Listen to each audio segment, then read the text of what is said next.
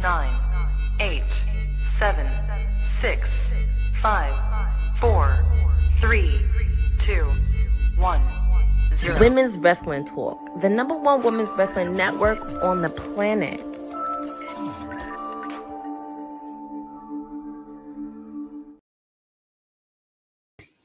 It is Wednesday, and you know what that means. Obviously, of course, this is WWT Live.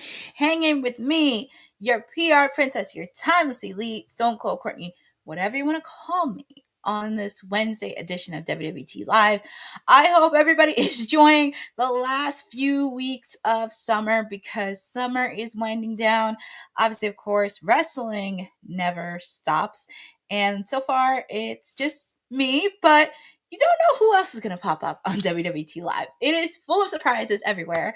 Shout out to Eric Isaac in the chat.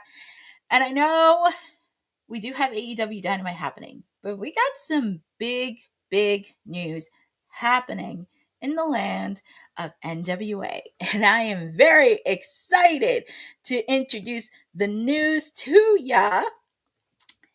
Yesterday, NWA recently made a new signee. It signed Mackenzie Morgan. And just a little bit about her. They signed her for an exclusive contract, and she will be making her first NWA appearance at NWA Hard Time 6 in Atlanta, Georgia. And just a little bit about her. Obviously, her hometown is Memphis, Tennessee. She made her official pro wrestling debut on October 8th, 2022. Her finisher is the X Factor, and her dream opponent is, surprise, surprise, the reigning NWA Women's World Champion, La Presenza, Tiffany Nieves. And also just a little about her first appearance under an NWA contract is August 22nd when NWA Shockwave comes to Tampa for a huge double taping of NWA Power. Morgan will challenge Giselle Shaw for the NWA World Women's TV Championship at Empower. And definitely, if you are in the Tennessee area, please make sure to check out her in person. It'll be Friday, September 28th, and sending a congratulations over to Mackenzie Morgan. And that's really huge. If you're not familiar with NWA, I'm very happy. NWA is one of the oldest wrestling promotions that is still kicking it to this day. Many people have wrestled in NWA, and I had the pleasure of attending it. And this is really huge because they are restacking their women's division pretty good. They have Giselle, they have Tiffany, they have Kenzie and Paige as the women's tag team champions, and also you throw in Mackenzie Morgan. But their NWA women's division is really stacking up, and I'm very happy to see it thrive. Super excited for this new signee. I know she's going to kill it and definitely do wonders with it, but do want to send a congratulations to her and also the newest signee for NWA. And since we're shifting over from NWA, and yes, Dylan, I'm going to give you the preview for it because we have AEW Dynamite happening at the top of the hour. Here we go. Let me see if I can do this. All right, here we go. So AEW Dynamite happening at the top of the hour in Charm City, Baltimore, Maryland, because we are on the road to AEW All In at Wembley Stadium. We're just getting closer and closer to their biggest event of the summer. Obviously, of course, we have a huge TBS Championship 4-way match. We have the reigning champion, Maya World, taking on Chris Statlander, Persephone, and Hikaru Shida. All four of these ladies have a lot of issues within each other, and they're going to duke it out in a fatal 4-way match happening tonight, which I can't wait to see. And we're also going to continue the Continental Cup quarterfinals. These two guys are no strangers to each other. Jay White, Jon Moxley. There's a lot of history between these two. Obviously, of course, Jay White wants retribution on what the Death Riders did to him before he got injured. But he has to go through Mr. Ace of AEW, Jon Moxley. And that is all happening tonight in the quarterfinal. And another quarterfinal match that's happening Even though the man has a walking boot and his ankle is injured, Nigel McGuinness will be stepping into the quarterfinal match against Hechicero. And right before he has to face off against Lee Moriarty for the Ring of Honor Pure Championship at Ring of Honor Death Before Dishonor this Friday, we're going to see Mr. Nigel McGuinness in action. So I don't know. Nigel's a busy man, but I give him a lot of credit, and it's all going down tonight because one of these guys is one step closer to the finals leading up to All in Wembley Stadium. And we're also going to have a set of trios matches. Now, if you saw Collision over the weekend, Will Ospreay apparently had a little issues to deal with right before his match against Kenny Omega. He has to deal with members of the Don Callis family.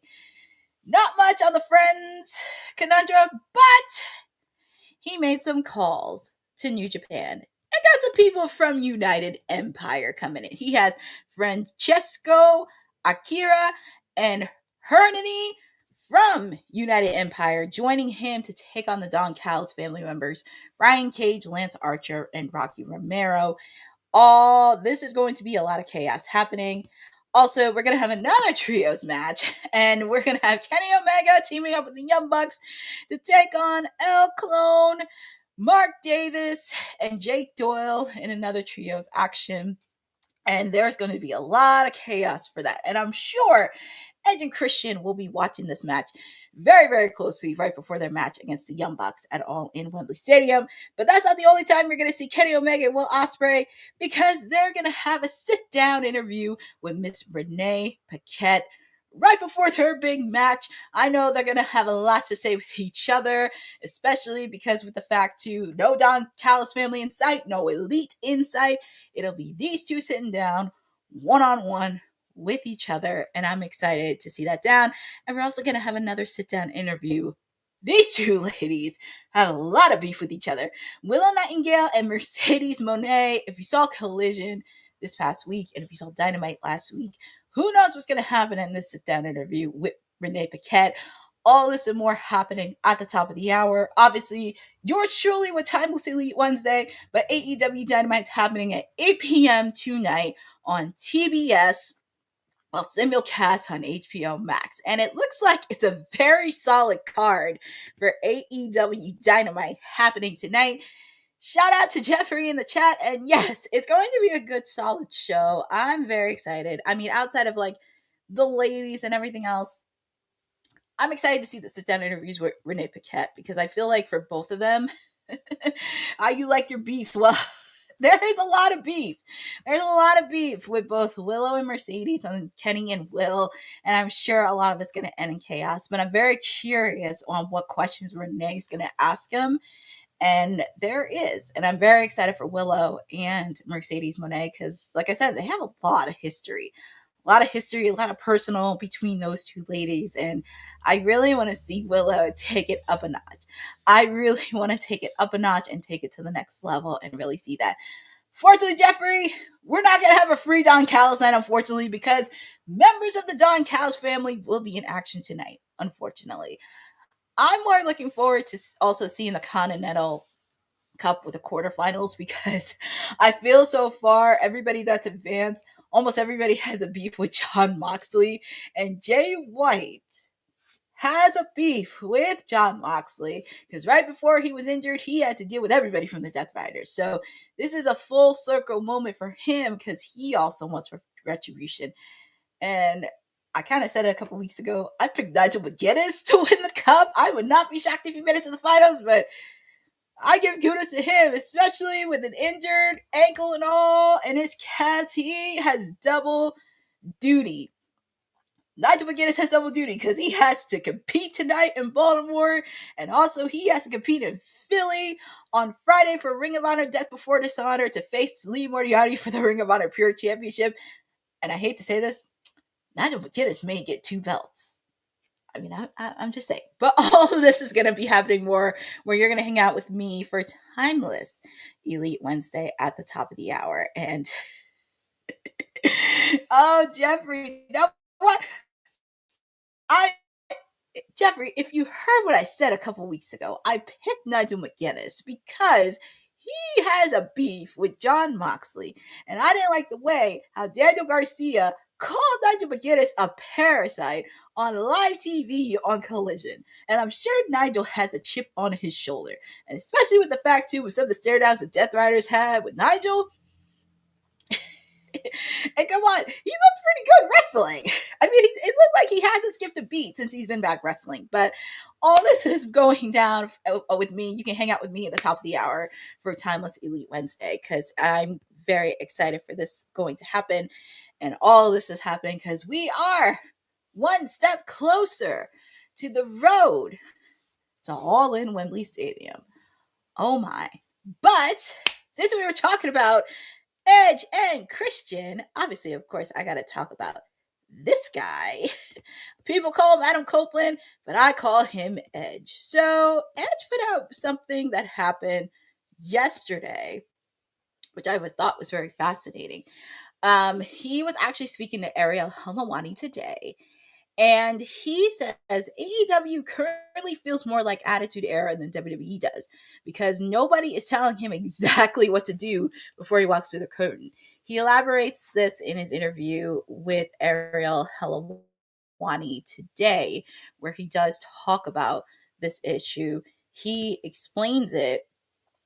He explained it that it was about the speech he gave on Dynamite in April 2024, where he addressed the locker room directly. That came days after CM Punk has spoken to Ariel Helwani about the culture inside the company, and Edge's remarks were widely read as a response. He was open about why he was hired. He goes on to say, I knew in being hired that at some point, one of my jobs would be to try and dial in a locker room. I've been put in a position to lead before and have success. I assume that was one of the reasons to bring me over as well. His view is that the room has changed in the last year. Right now, this last year has turned the corner in terms of everybody pulling in the same direction. Once you can do that and get a few creative elements of the show that start to hit, everything gets dialed in. I feel that's where we are right now, and that's always fun. Then the comparison comes in. What's amazing about AEW 2 is just the freedom to explore and try things. And it's much more like the Attitude Era in that regard, because a lot of times we were out there during the Attitude Era. It's like there might be a plan, but there might not be to. Or you might be figuring that out as you go. That is a specific claim rather than a general one. And he came up in that period, as we know, Edge, he came up during that period, debuting when it was WWF in 1998 and spending the following years in the environment he is describing. And his point is about how much was settled in advance rather than about the tone of the content. His account of his final WWE years is the opposite. He says, my experience by the end with WWE was overproduced, overrehearsed, over everything, and they kept handcuffs on you to where you couldn't really explore too much. That's not the case with AEW, and that, again, is fun. And obviously, of course, you could check out his full interview with Ariel Helwani. It is up on YouTube. So, fascinating. Oh my God. This picture of Edge looks like somebody... Jeffrey. Oh, Jeffrey. Shout out to Lynette, Happy in the chat, and Boza in the chat. Well, Edge. First, I'm going to say this. Don't ever climb up the top rope in a cage because you got injured and it took you out for close to a year, sir. I kind of understand where he's coming from because at that time when he came in to the Attitude Era, because it was 1998, and during that period, there was a lot of stuff to do to explore. There was a lot of stuff to do to explore and everything else in the land of it. And I kind of understand where Edge is coming from because for not WWE, AEW, there is some creativity where I'm happy some guys are able to let loose a bit because they love the flow of the promos and the microphone and the character. It just seems to come into place. Of course, you have some that do it, but also you do have some that are just trying to find their voice. What's their niche? What can they do to improve? And also, I do like Edge as being a locker room leader because if you notice, a lot of people have looked up to him since he came up in wrestling. And one of the reasons that he did start in wrestling, if you think about it, for Canada, because they have many Canadians over at AEW. When you really think about it, you have Ed, you have Chris Jericho, and you have Kenny. And also with that too. And yes, Boza with that too, because we did talk about with Tony Khan. Obviously, of course, there has to be a fine line distinction on what you can do, what you can't do. And obviously, of course, we know with WWE, they always have a thing on everything, like micromanage in a way. But I think that's something Tony Khan has to learn, because even though he's boss and everything, I'm more concerned about the people who Tony surrounds himself with, because that's only my concern, obviously, of course, because you have people that are in corporate and power who probably never watched wrestling before in their lives and probably don't even know of a particular superstar. So that's my that's my little concern. MJF doesn't give. Well, yeah, there you go, MJF. There you go with MJF. Yes. But I think with Tony, actually, both, to be fair, there were times Tony did say no.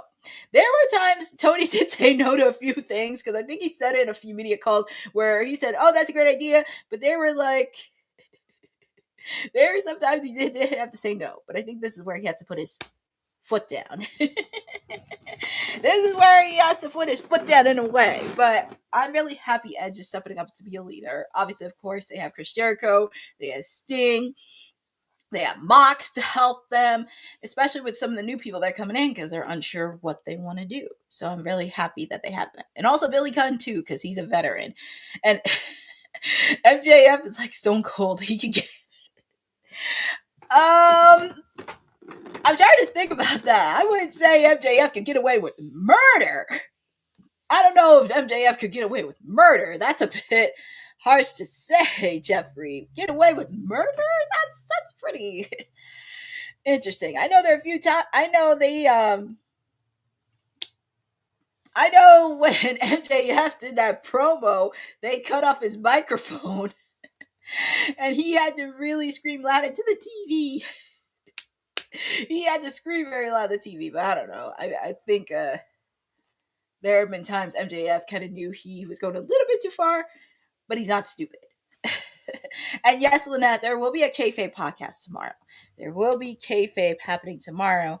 And not only there will be kayfabe, you know what? I'm just going to jump right in to TNA and do a quick preview of TNA. Let me see if I can. Yes, TNA happening tomorrow.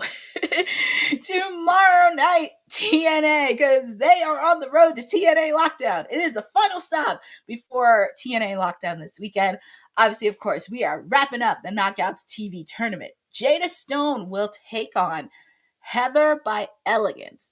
The winner of this match will be facing off against M by Elegance. So this is going to be very interesting, friends. So get ready, because we are almost wrapping up this Knockouts tournament, which has been super fun to watch. And I have been enjoying it. And also, we're going to have more Knockouts action. Harley Hudson has been the subject with Daria Ray, because Daria Ray looks like she's out to get her and try to cut her contract. But Santino is vouching for her, and she's going to have to prove it. Harley Hudson's going to be taking on the System's Alyssa Edwards. Alyssa Edwards. So they will be colliding one-on-one. Obviously, of course, you have to worry about Eddie Edwards from the System outside, because obviously, of course, he will do anything to help his wife get a victory. And we're also going to have Fabian Eichner. He will be taking on the System's Brian Myers. These guys are going to go one-on-one with each other right before Lethal Lockdown. And this is the Lethal Lockdown advantage. So pretty much whoever wins has the advantage in the Lethal Lockdown.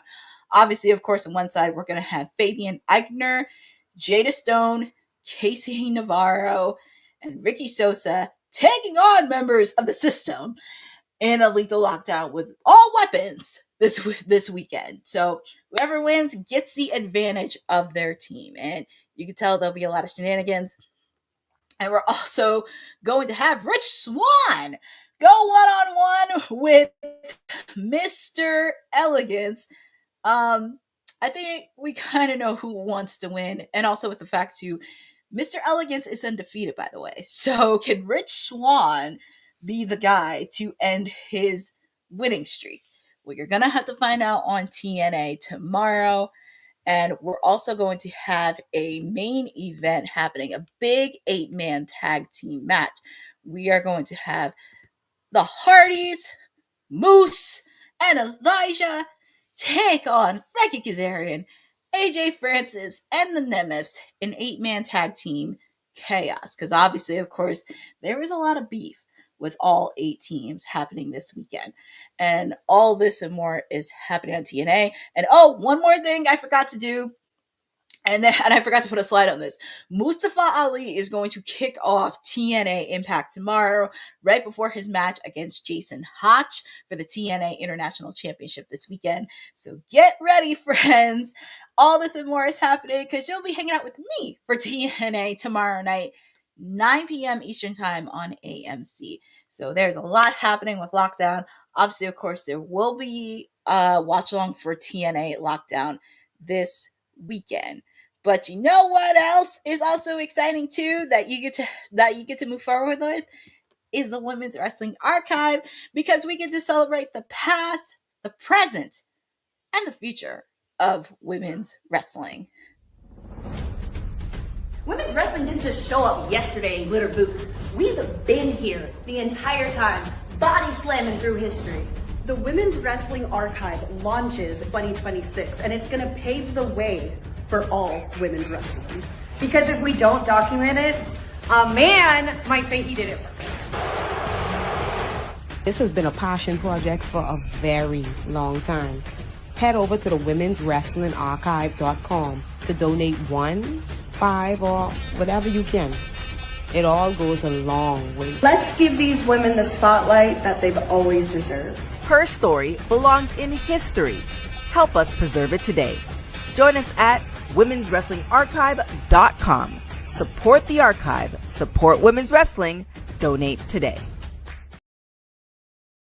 Support everything for the Women's Wrestling Archive. $1, $2, $100, $2. Any support helps. I'm laughing at these comments because these guys are funny, because you guys are just going off on TNA. Jeffrey's like, I'm waiting for Tasha to lead the group. Don't worry, Tasha Steeles. You gotta give her time to cook, because it looked like she was really gonna hit somebody, but she will be okay. So we got through Dynamite. We got through TNA preview. Let's talk about a person who has definitely made a well-known mark in the wrestling space, and that is Jim Johnson. You know who Jim Johnson is. He's been a composer for WWE for decades and created most of the iconic theme songs for The Rock, Undertaker, Steve Austin, DX, so many across the board. But also, there has been a chatter where fans and wrestlers have put in their own constructive feedback about the generic themes that have been happening the last couple months, last couple years, but very little has changed. Appearing on the All Access Entertainment podcast, Johnson was asked if he would consider composing themes again. And he kind of goes on to say, I'd be happy to do it, but you have to be asked. The chances that Hunter is going to ask are close to 0. The chances that the WWE Music Group is going to call me up are 0. And the chances that the guy who's currently doing themes for WWE is going to call me up are 0. Why would you invite me in or invite somebody else in, he asks. And probably during the interview, you can see the full interview on YouTube. He commented on his relationship with Triple H and further explained why he doesn't think he'll be brought back. And there is a lot to it. And we kind of know who Jim Johnson is. Jeffrey's like, bring it back, bring it back. I know. I know. I know.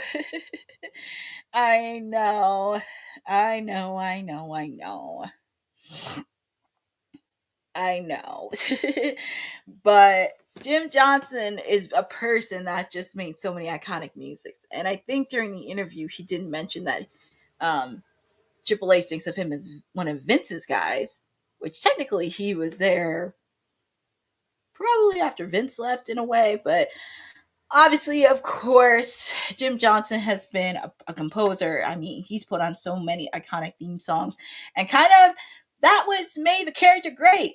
Was you knew the iconic theme song right away, like the Glass Shatter with Stone Cold, obviously with The Rock when he does his catchphrase, when DX says, "Are you ready?"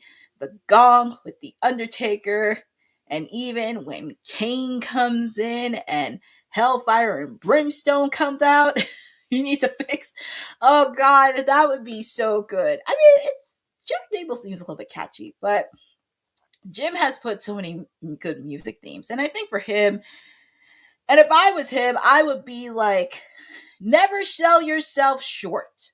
Don't sell yourself short because, he is so much better than that. And with the fact, too, he's put on so much music, it's like, why would you want to be at a place that doesn't respect you?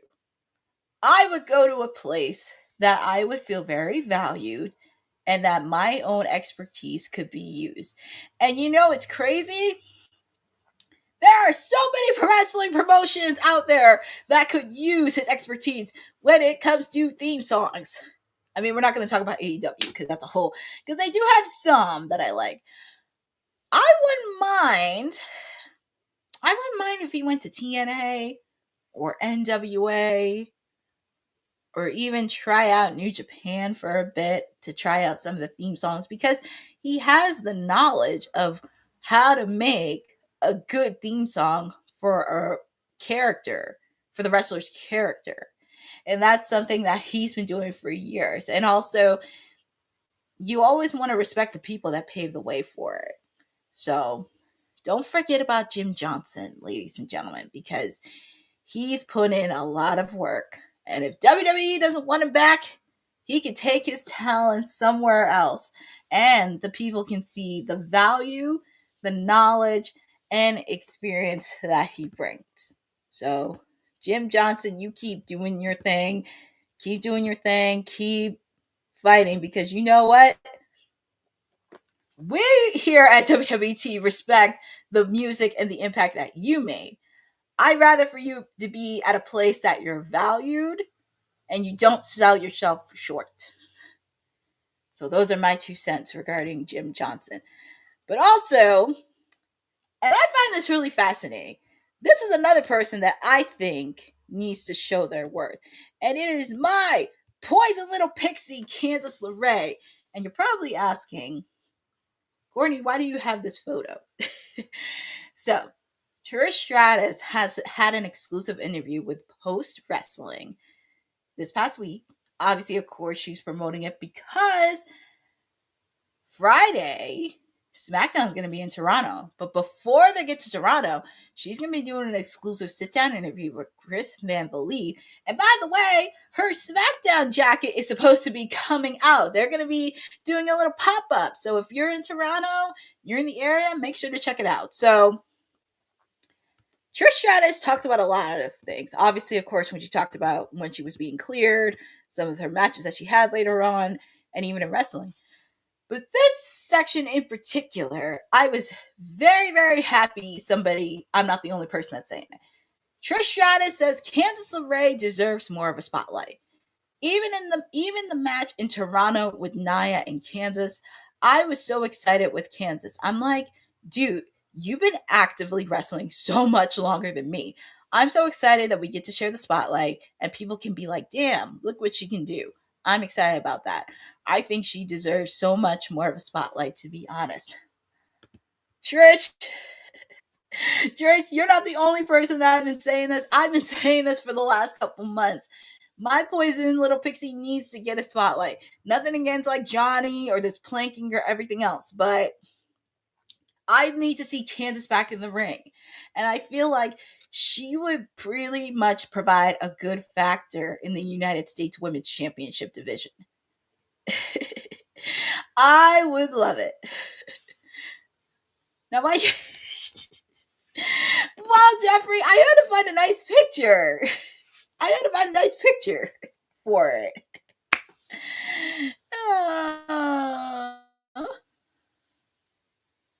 Well, Lynette, to be fair, obviously all of them deserve spotlight. Jordan Grace deserves spotlight because we don't know where Jordan Grace has been, and I don't know what they're going to do with her.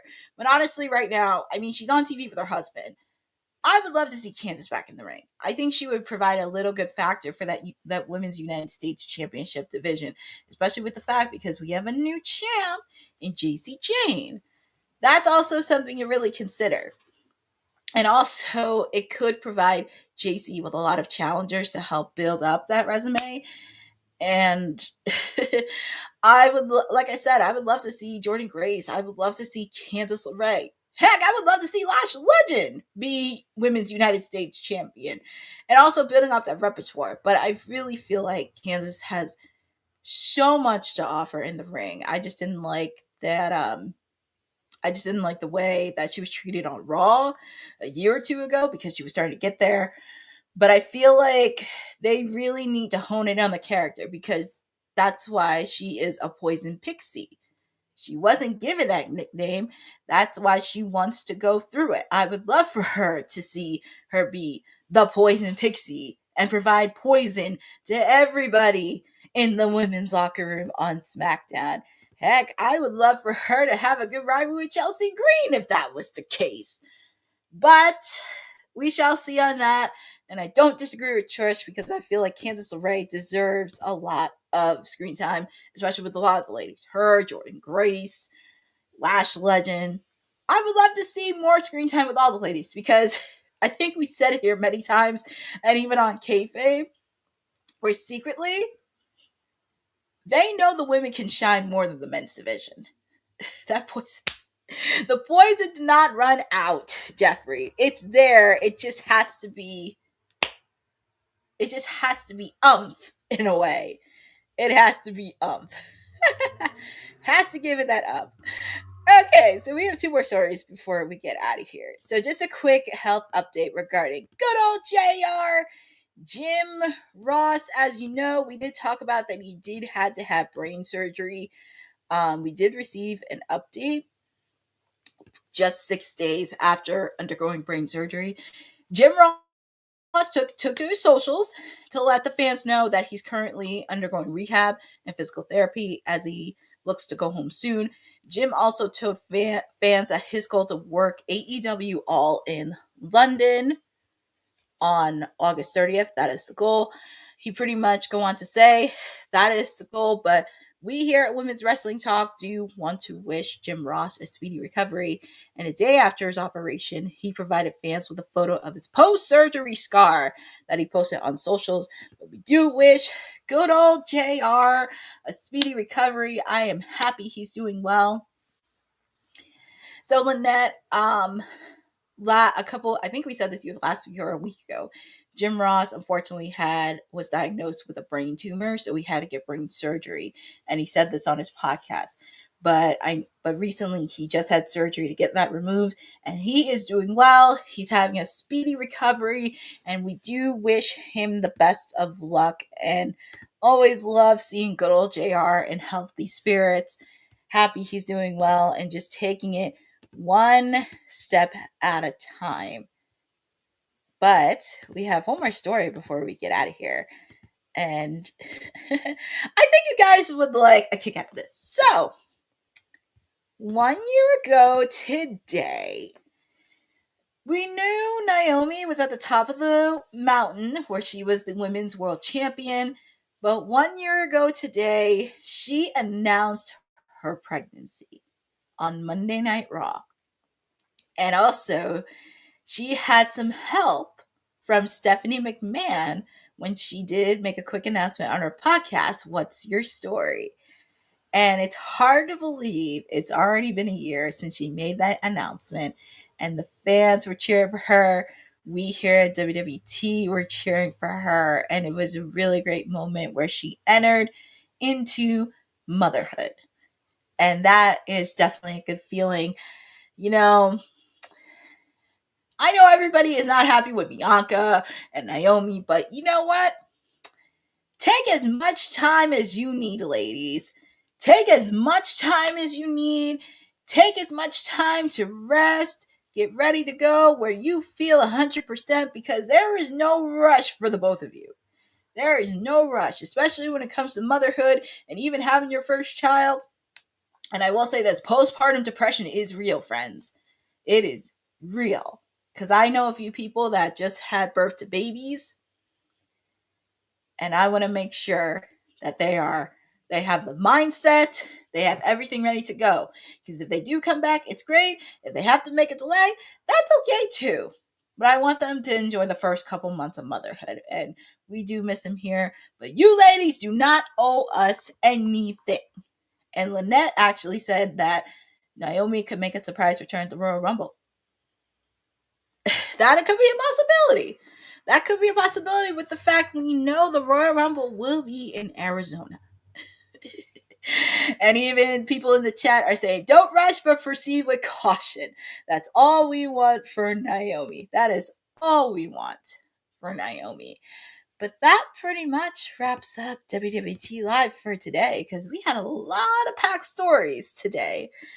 Previewing Dynamite, previewing TNA, because I have to get ready for AEW Dynamite at the top of the hour. But obviously, of course, what's funny, we never got... Don't worry, we will, Jeffrey. But you guys know where to find me. You can find me at the top of the hour because I will be handling AEW Dynamite for a timeless Elite Wednesday, because we are on the road to AEW All in Wembley Stadium, coming to you from across the pond. There's so much happening. We don't know what's in stock for there. Also, of course, you can find me tomorrow night because I will be handling TNA, because they're on the final stop for TNA Lockdown right before this weekend. You can follow me on my socials at CourtneyNJ11 because I do have a lot of content that is happening. TBD, because I will have interviews from NWA with Giselle Shaw and Tiffany Nieves.